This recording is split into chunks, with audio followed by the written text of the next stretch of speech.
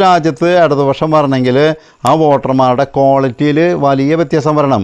അല്ലെങ്കിൽ ഇന്ത്യൻ വോട്ടർമാരും ശ്രീലങ്ക വോട്ടർമാരും തമ്മിലുള്ള വ്യത്യാസം, ശ്രീലങ്കയിലത്തെ വോട്ടർമാർ അവരുടെ ജീവിതത്തിൻ്റെ ഭൗതിക തലത്തിൽ നിന്നുകൊണ്ട് അവരുടെ ദാരിദ്ര്യം, അവരുടെ എല്ലാ കഷ്ടപ്പാടുകൾക്കും ഈ ഭരണകൂടത്തിൻ്റെ വീഴ്ചയാണെന്ന് മനസ്സിലാക്കാനുള്ള ഒരു വിവേചന ബുദ്ധിയുള്ള വോട്ടർമാർ അവിടെ വന്നു. പക്ഷെ ഇന്ത്യയിൽ ഒരു കാരണവശാലും അടുത്തൊന്നും അങ്ങനെ ഒരു സാധ്യത ഞാൻ നോക്കിയിട്ട് കാണില്ല. അതാണെങ്കിൽ നെഞ്ചിൽ വിപ്ലവവും ചങ്കിൽ ചുവപ്പും സൂക്ഷിക്കുന്ന ലോകത്തിലെ വിപ്ലവം തുടിക്കുന്ന ഹൃദയങ്ങളുമായി ജീവിക്കുന്ന മനുഷ്യർക്ക് ആവേശം പകർന്ന് ഇന്ത്യൻ മഹാസമുദ്രത്തിലെ ഒരു രാജ്യത്ത് ഒരു മാർക്സിസ്റ്റ് പ്രസിഡന്റ് അധികാരത്തിൽ വന്നിരിക്കുകയാണ്.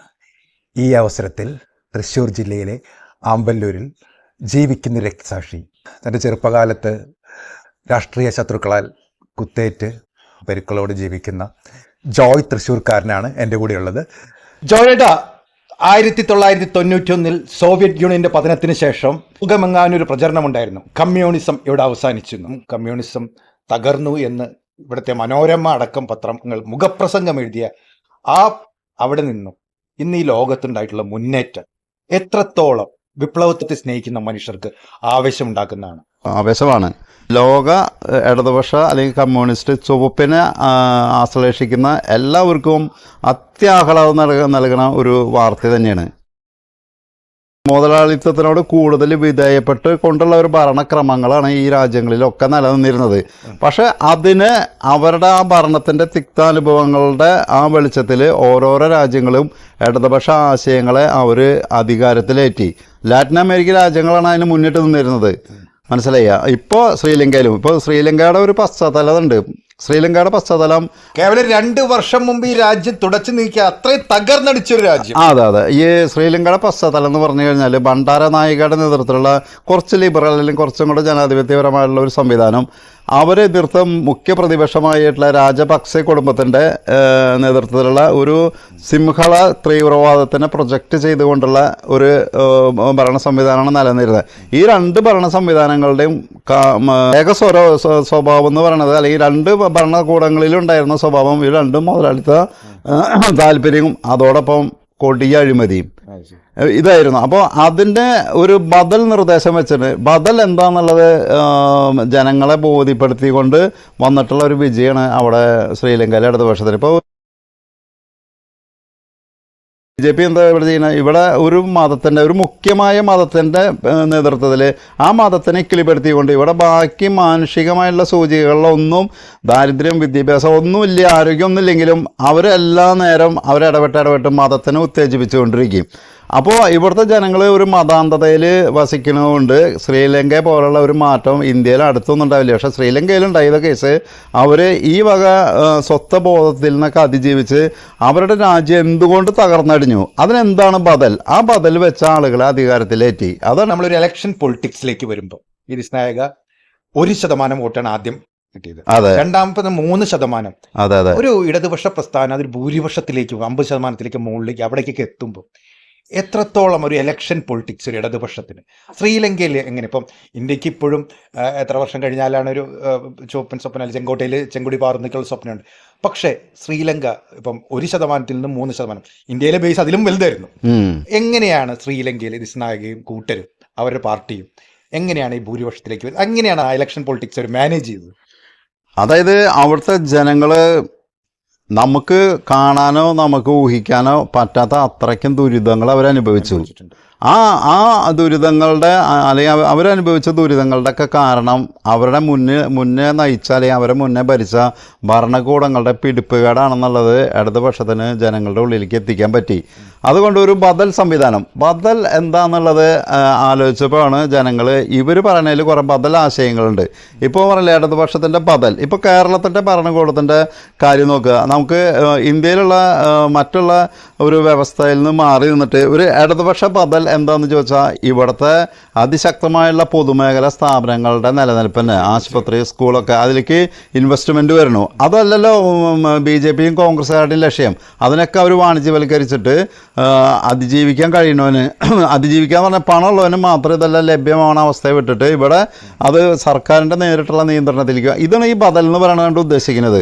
അതുപോലെ തന്നെ ഇപ്പോൾ കോവിഡ് കാലത്ത് എനിക്കറിയാം മഹാരാഷ്ട്രയിൽ ഒരു കോവിഡ് രോഗിനെ 15-20 ലക്ഷം രൂപ കൊടുത്തിട്ടും ചികിത്സിച്ച് അവർ മരിക്കുമ്പോൾ ഇവിടെ എല്ലാം സൗജന്യമായിട്ട് കൊടുത്തു. ഇതാണ് ഇതിൻ്റെ ബദലിൻ്റെ നേർസാക്ഷ്യം.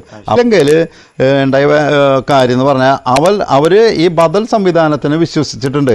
ഇനി അവിടുത്തെ ഭരണകൂടത്തിന് 100% മാജിക് ചെയ്യാൻ പറ്റില്ലെങ്കിലും അവരുടെ പ്രതീക്ഷയ്ക്കത്ത് ഉയർന്നു പോയാൽ തീർച്ചയായും അതൊരു ബദൽ തന്നെയാണ്. അതുകൊണ്ട് ഈ സോഷ്യൽ മീഡിയയിലൊക്കെ ഉണ്ടായ ഒരു വലിയൊരു ഇത് കേരളം ശ്രീലങ്കയുടെ പോലെയാകുന്നൊക്കെയായിരുന്നു അതിനായിരുന്നു എന്ന് പറയുന്നത്. താങ്കളെ ശ്രദ്ധിച്ചു. അതായത് ശ്രീലങ്കയുടെ പോലെ കേരളത്തിന്റെ ധനസ്ഥിതി അധപതിക്കുന്നതാണ് ഇവരൊക്കെ സ്വപ്നം കണ്ടിരുന്നത്. വാസ്തവത്തില് ഇവരൊക്കെ ഏതൊരു മാനസികാവസ്ഥയിലെ ആലോചന. സ്വന്തം സംസ്ഥാനം, സ്വന്തം നമുക്ക് പറയാമല്ലോ, നമുക്ക് മാതൃരാജ്യം എന്ന് പറയുകയാണെങ്കിൽ പറയാം ഈ കേരളത്തിന്. അല്ലെങ്കിൽ ഓരോ ഇന്ത്യക്കാരനും വ്യത്യസ്തമായുള്ള വിഭിന്നമായുള്ള സംസ്കാര തലത്തിൽ നിന്നാണല്ലോ നമ്മുടെ മാതൃഭാഷ അല്ലെങ്കിൽ മാതൃരാജ്യം എന്നൊക്കെ പറഞ്ഞു കഴിഞ്ഞാലും. ഇന്ത്യ ആണെങ്കിൽ പോലും കേരളത്തിനെ നമ്മൾ ബേസ് ചെയ്യുമ്പോൾ നമ്മുടെ സ്വന്തം സംസ്ഥാനം നശിച്ചു പോകണമെന്ന് ആഗ്രഹിക്കണം കുറേ ആളുകളാണ് ഇതിൻ്റെ പിന്നിൽ. കേരളം ആകെ നശിച്ചു പോവും. ജീവനക്കാർക്ക് ശമ്പളം കൊടുക്കാൻ പറ്റില്ല, പെൻഷൻ കൊടുക്കാൻ പറ്റില്ല. ഇപ്പം നമ്മളത് ആലോചിച്ച് നോക്കിയാൽ ഇന്ത്യയിൽ തന്നെ തനത് വരുമാനത്തിൽ 83% കേരളത്തിലാണ്. ഇന്ത്യയിൽ വേറൊരു സ്റ്റേറ്റിനും അത് അവകാശപ്പെടാൻ പറ്റില്ല. നമ്മുടെ ആകെ വരുമാനത്തിൻ്റെ 83% നമുക്ക് ഇവിടുന്ന് സ്വന്തമായിട്ട് നമുക്ക് നിൽക്കണം. നമ്മൾ നമ്മുടെ സ്വന്തം കാലം നിൽക്കും. ഞാൻ ഒരു ആലങ്കാരികമായിട്ട് പറയാം, ഇതിപ്പോൾ ഞാൻ പറയാൻ പോകുന്നത് വലിയ വിവാദം, എന്നാലും പറയണേ.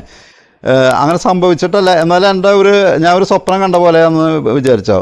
കേരളം ഒരു സ്വതന്ത്ര രാജ്യമായിരുന്നെങ്കിൽ കേരളം ഇവിടുത്തെ സമ്പൽ സമൃദ്ധമായിട്ടുള്ളൊരു സ്വർഗമായി മാറിയാനെ. അങ്ങനെയുള്ള വാദങ്ങൾ ലോകത്തിലെ പ്രശ്നങ്ങൾ കൂടുമ്പോൾ അവിടെ ഇടതുപക്ഷത്തിന് ജനം വിളിക്കും.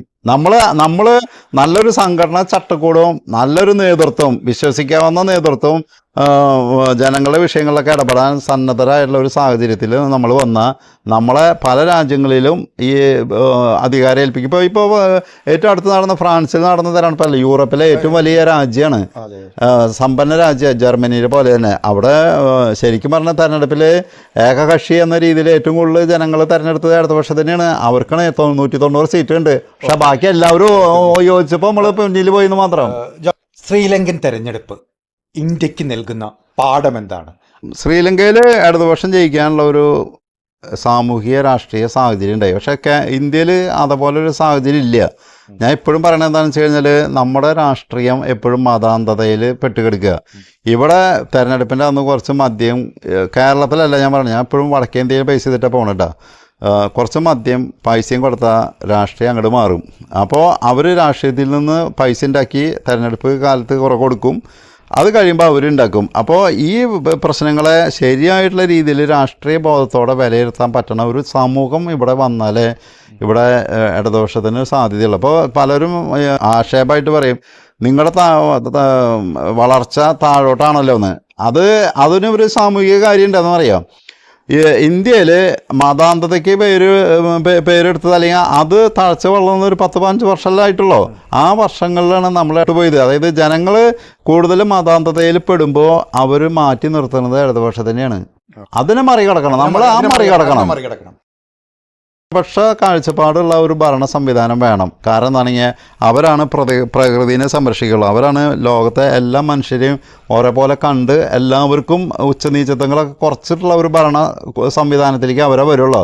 മറ്റു പറഞ്ഞ മൂലധന മതത്തിന്റെ തീവ്രമായിട്ടുള്ള മതത്തിനെ ശരിക്കും വേണമെങ്കിൽ എല്ലാ രാജ്യത്തും, അതായത് ഇപ്പോൾ ജനാധിപത്യം നിലനിൽക്കണ പൈ ഒഴിവാൻ അമേരിക്കയിലായാലും ശരി, തെരഞ്ഞെടുപ്പ് വരുമ്പോൾ അവർ മതത്തിനെ കിളിപ്പെടുത്തിക്കൊണ്ടിരിക്കും. ഏത് രാജ്യത്തും മൂലധന ശക്തികൾ അല്ലെങ്കിൽ ജനാധിപത്യം എന്ന് പറഞ്ഞ പേരിട്ടാലും മൂലധന കാഴ്ചപ്പാട് അല്ലെങ്കിൽ മുതലാളിത്ത കാഴ്ചപ്പാട് ഉള്ള രാജ്യങ്ങളിൽ ഏത് തെരഞ്ഞെടുപ്പിലും അവിടുത്തെ ഭരണകക്ഷിയായാലും പ്രതിപക്ഷമായാലും എല്ലാ മതങ്ങളെയും താലോലിച്ചിട്ട് മുന്നോട്ട് പോകണം.